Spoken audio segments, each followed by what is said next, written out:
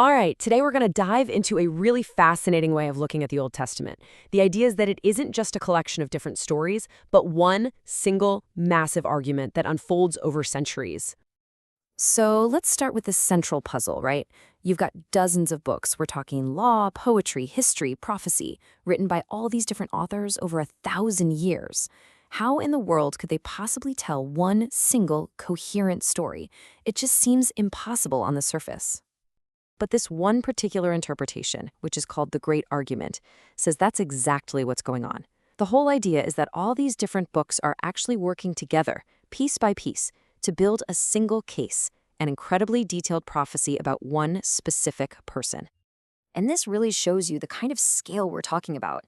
I mean, 1,000 years from Moses to Malachi. To put that in perspective, that's like someone starting a story back in the days of the Vikings, and then the final chapter is written by someone today on a laptop. The sheer amount of time involved is what makes the idea of a single, consistent argument just so incredible.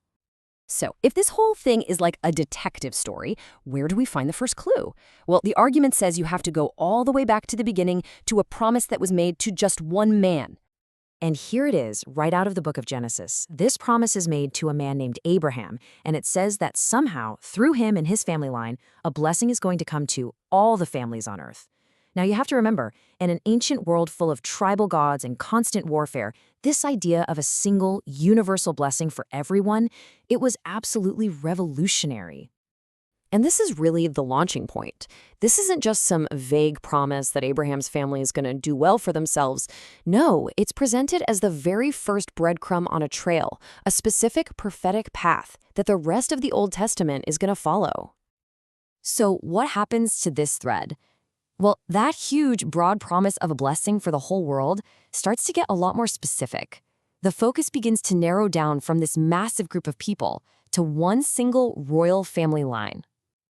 So fast forward a few centuries from Abraham. His grandson, Jacob, gives this incredible prophecy.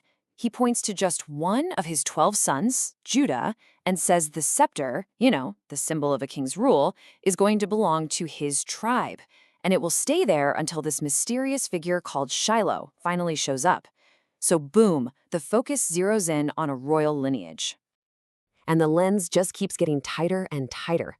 The prophecy isn't just about a tribe anymore. It starts to zoom in on describing this single individual who's coming. The details about who this person is going to be get really, really personal. They actually start laying out a kind of prophetic resume for this person. He's going to be a new Moses, a massive new lawgiver. He has to be a direct descendant of Israel's most famous king, King David. And then there's this, he'll be a king whose kingdom literally never ends. And this promise, made directly to King David himself, just hammers home that royal connection. It talks about an established family line, a descendant, and a throne that will last forever. So the picture is getting clearer. A universal blessing coming through the royal tribe of Judah, all embodied in an eternal king from the line of David.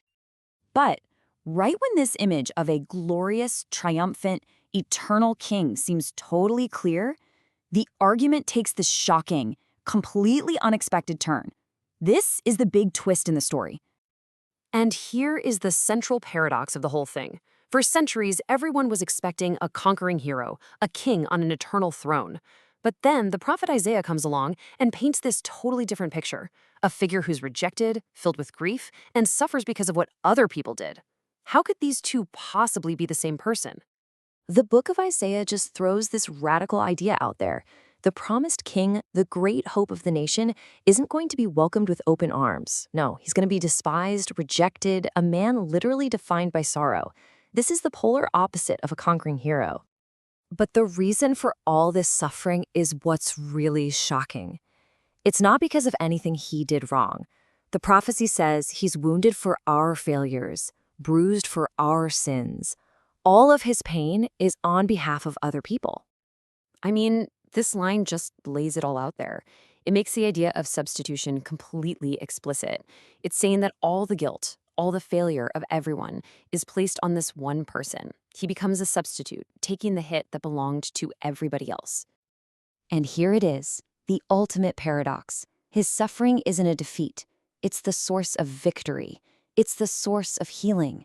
Through his wounds, his stripes, everyone else is made whole.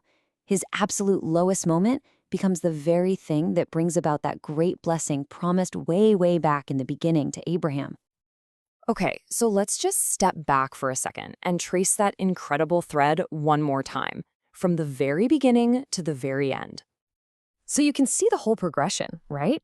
It all starts with this huge universal promise. Then it narrows to a royal family, then to a single person with a very specific job description. And it all culminates in this incredible paradox: a triumphant king who wins his eternal victory not by conquering armies, but by suffering in the place of others. And that just leaves us with this final, really provocative question. Whether you see this as a result of divine planning or just an amazing literary achievement, the fact that this complex, thousand-year-long argument even exists, and that it points to such a specific and paradoxical figure, is what makes this ancient collection of books totally unique in all of human history.